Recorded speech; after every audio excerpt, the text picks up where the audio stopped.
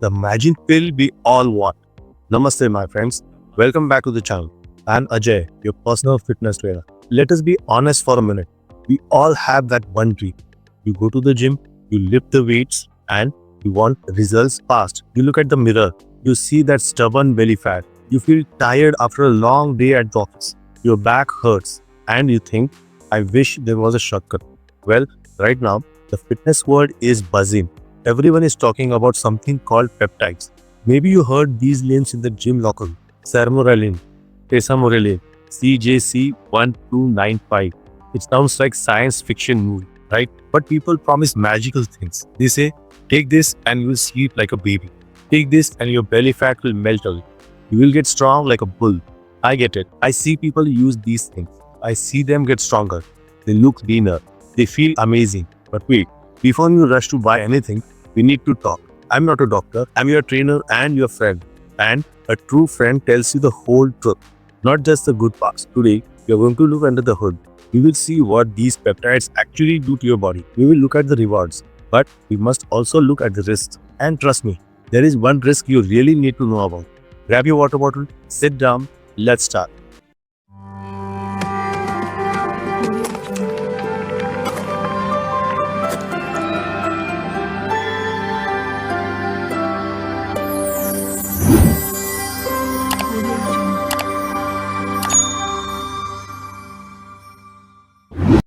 Part 1.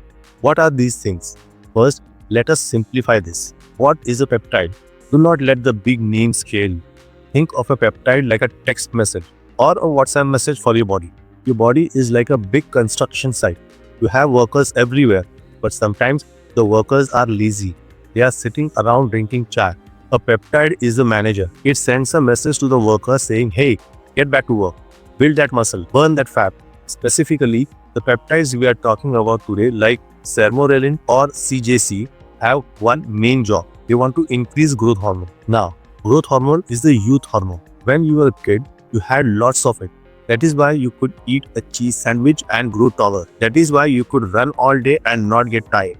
But as we get older, these levels drop. This is natural. It is part of life. These peptides tell your brain, hey, we are young again. Make more growth hormone. Here is how it works inside you. It is a relay race. Step 1. You take the peptide. It goes to a gland at the base of your brain. This is the master gland, the pituitary. Step 2. The peptide tells the master gland to pulse out growth hormone. Step 3. This is the important part. That growth hormone travels to your liver. Step 4. Your liver makes something called IGF-1. I know IGF-1 sounds like a robot name, but we need to remember this name. IGF-1 stands for insulin-like growth hormone factor 1. Think of growth hormone as the spark, but IGF-1 is the fire. IGF-1 is the worker that actually fixes your body. It repairs your nerves, it builds your bones, it grows your muscles. So, the peptide is just the messenger. IGF-1 is the result.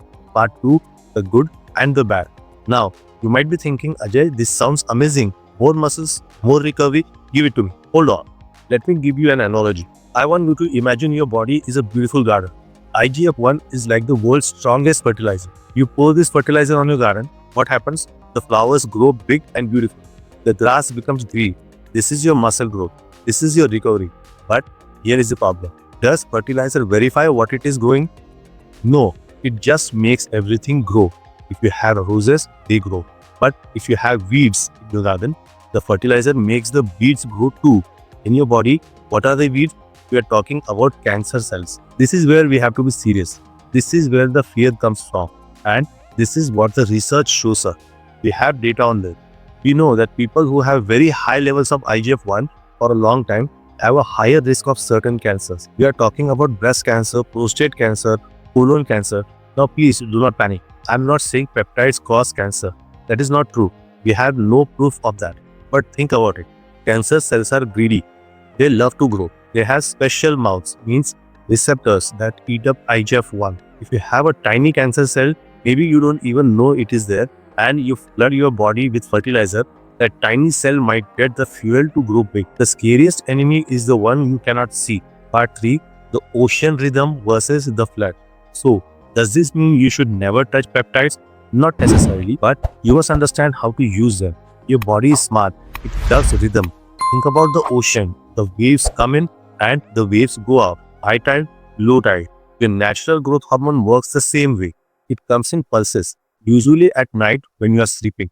Pulse and rest. Pulse and rest. This balance is vital. The pulse builds you up. The rest allows your body to clean up the trash.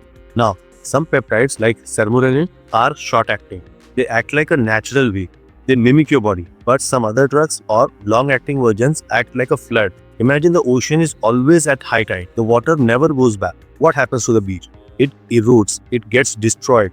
If you keep your growth hormone and IGF-1 high all the time, you never give your body a break. That constant high level is where the danger lies. That is why smart people and smart doctors will tell you to cycle these things. You use them for a bit, then you stop. You let the body rest. You never want to drown your garden in fertilizers 24/7. You will kill the soil. Part 4. Can we test for safety? You might ask me, Ajay, can I just take a test? Can a doctor check if I have cancer before I start? That is a great question, and I wish I had a perfect answer. We have some tests. For men, we check the prostate. We have colonoscopies. We have mammograms. There are even new fancy blood tests that aim to find cancer early. But here is the sad truth. The science is not 100% there yet. These tests can miss things. You can get a false negative. The test says you are fine, but maybe something small is hiding. So if you decide to use peptides, you have to accept a risk. You have to be an adult about it. Many doctors are scared to talk about this. They will just say, no, it is bad. Or they will just sell it to you to make money. You need a doctor who is willing to sit down and explain the risk. You need a 360-degree view. Do not just look at the big muscle. Look at the possible cost, confusion, and natural steps. So, let us summarize everything we learned today. Peptides like Sermorelin and CJC works by telling your body to make more growth hormone. This creates IGF-1, which is like fertilizer for your cells. This fertilizer is great for muscles and sleep, but it might also feed weeds like cancer cells if you are not careful. Chronic, high levels are risky. Pulsing is safer. My advice, I'm a trainer. I care about your long-term health, not just your summer body. Before you spend money on expensive injections, ask yourself, am I doing the natural things first? Are you sleeping 8 hours? Sleep is where your body makes growth hormone naturally, free of cost. Are you lifting heavy weights? Heavy legs days boost your hormones.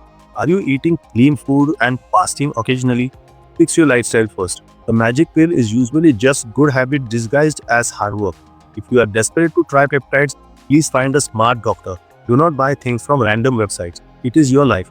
Treat it with respect. I hope this video opened your eyes. I want you fit, but I want you safe. If you found this helpful, please hit that like button. It helps me reach more people like you.